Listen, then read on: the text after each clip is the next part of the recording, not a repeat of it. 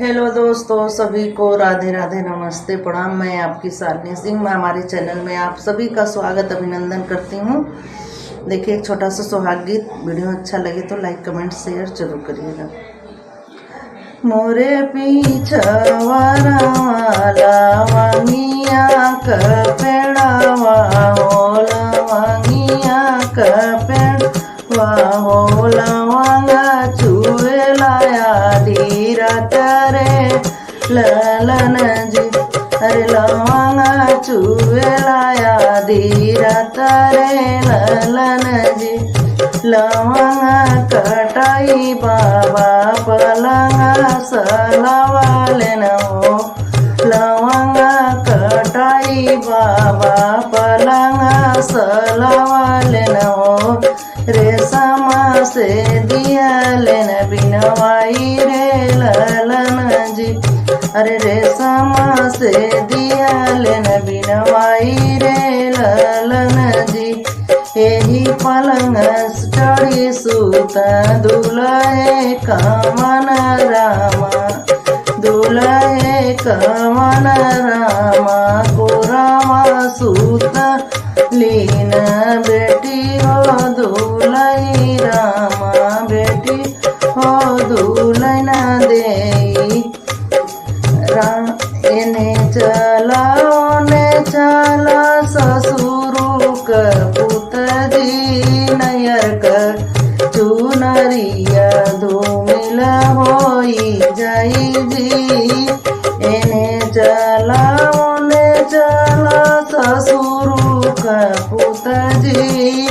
नयर का चुनरिया धूमिल होई जाई जी।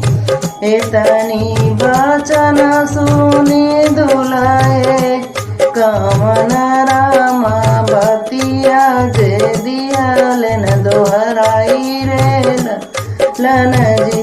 अरे बतिया जे दियालेन दोहराई रे ललन जी।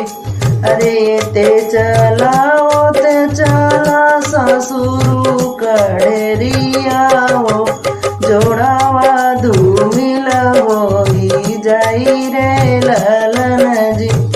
अरे ते चलाओ ते चला ससुरु कड़ेरिया हो, जोड़ावा धूमिल होई जाई रे ललन जी। अरे तनी वचन सुनी बेटी हो दुल्हन देई, उठली न चुनरी झराई जी हो, उठली न चुनरी झराई रे ललन जी। अरे नैहर का चुनरिया ता बाबा काई दीहल हो, बाबा काई दीहल हो। ए पराई दगिया जे लगी जइहन हो। अरे बाबा के चुनरिया पे दाग जिन लगाया हो, दाग जिन लगाया हो। बाबा चुनरिया मोल रे ललन जी।